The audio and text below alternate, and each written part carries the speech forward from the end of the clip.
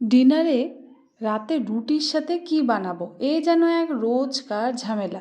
কখনো কখনো নতুন কিছু খেতে মনে তো ইচ্ছে করেই, তাই আজকের রেসিপিটা একদম নতুনভাবে তৈরি করা একটা জিনিস, যেটা কিনা রুটির সাথে খেতে দুর্দান্ত লাগে। সেটা হচ্ছে চানা মশলা। কিভাবে তৈরি হচ্ছে চলুন দেখিনি। এখানে আমি গরম জল ফুটতে বসিয়েছিলাম, তার মধ্যে চাপাতি দিয়ে একদম গাঢ় করে ফুটিয়ে নিয়েছি। এই জলটা রেখে দিয়েছি। এবার কুকারের মধ্যে আগের দিন রাতে ভিজিয়ে রাখা এই চানাগুলো আমি দিয়ে দিলাম, মানে কাবুলি ছোলাগুলো দিয়ে দিলাম। এগুলো কিন্তু আমি ওভারনাইট ভিজিয়ে রেখেছিলাম। এর মধ্যেই চা ফুটিয়ে রাখা জলটাও দিয়ে দিলাম।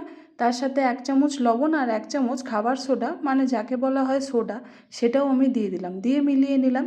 এবার আমি এটাকে সিটি দিয়ে নিচ্ছি। মোটামুটি 4টে সিটি হলেই কিন্তু আমার মনে হচ্ছে যথেষ্ট। এখানে একটা কথা বলে রাখি, চানা মশলায় স্বাদ তখনই আসবে যখন এটা ভালো মতন সেদ্ধ হবে। তাই অবশ্যই করে মাথায় রাখবেন, সেদ্ধ করার সময় একটু বেকিং সোডা বা খাবার সোডা দিতে কিন্তু ভুললে চলবে না। এবার আমি কড়াইতে বাটার দিয়ে দিচ্ছি। বাটারটা একটু গরম হতেই আমি এর মধ্যে সামান্য একটু নুন মাখিয়ে নেওয়া কয়েক টুকরো পনির দিয়ে দিচ্ছি।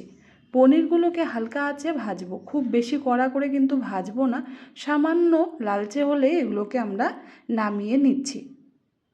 এবার এর মধ্যে আরও একটু বাটার দিয়ে দিলাম। এই রান্নাটায় বাটারটা অনেক ব্যবহার হয়, তবে আমি খুব একটা বেশি দিচ্ছি না। কয়েকটা গোটা গরম মশলা ফোড়ন দিলাম, এলাচ, দারচিনি, লবঙ্গ। এগুলো নাড়াচাড়া করেই এর মধ্যে একটা মিডিয়াম সাইজের পেঁয়াজকে কেটে নিয়েছিলাম, সেটা দিয়ে দিলাম। এবার পেঁয়াজটাকে একটু গোল্ডেন ফ্রাই করে নিচ্ছি। এটা যখনই একটা সুন্দর রং চলে আসবে তখনই কিন্তু এই পেঁয়াজের মধ্যে বেটে রাখা পেঁয়াজও দিয়ে দিচ্ছি। বেটে রাখা পেঁয়াজ দিয়েছি এখানে 2টো মিডিয়াম সাইজ, আর আদা, রসুন, কাঁচা লঙ্কা একসাথেই আমি বেটে নিয়েছিলাম, সেটাও দিয়ে দিলাম। এখানে আদা গিয়েছে হাফ, আদার একটু বেশি, তার সাথে রসুন গিয়েছে কিন্তু মোটামুটি 11 কোয়া মতন, আর একটা পাকা কাঁচা লঙ্কা। এই রান্নাটায় রসুনটা একটু বেশি লাগে তাই দিয়েছি। আর এখানে আমি টমেটোটা বেটে নিয়েছিলাম, সেটাও কিন্তু দিয়ে দিলাম। সব কিছু একসাথে দিয়ে দিয়েছি, আর দিয়ে দিলাম এখানে সামান্য পরিমাণে একটু লবণ। আর তার সাথে যেটা যাচ্ছে মশলার মধ্যে, সবার আগে হলুদ গুঁড়ো গেল, এটা 1 টেবিল চামচের মতন। তার সাথে ধনিয়া পাউডার দিয়েছি 2 টেবিল চামচ, গোলমরিচের গুঁড়োও দিয়েছি এখানে ½ টেবিল চামচ, আর একটু রঙের জন্য কাশ্মীরি লাল লঙ্কার গুঁড়োও দিয়েছি। সব কিছুকে একসাথে মিশিয়ে নিয়েছি। এর মধ্যে এবার ফেটিয়ে রাখা টক দইটা দিয়ে দিলাম।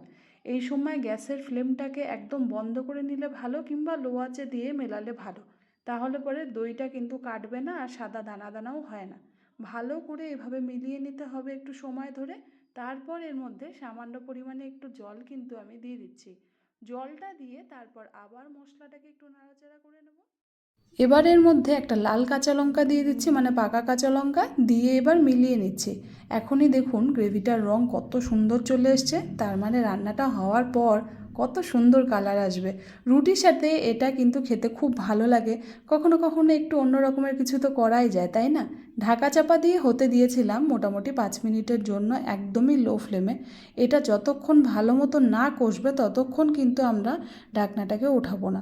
তাহলে পরে এই মশলাটার মধ্যে কাঁচা গন্ধ রয়ে যাবে, আর জল না টানলে পরে চানা কিন্তু খেতে পরে ভালো লাগবে না।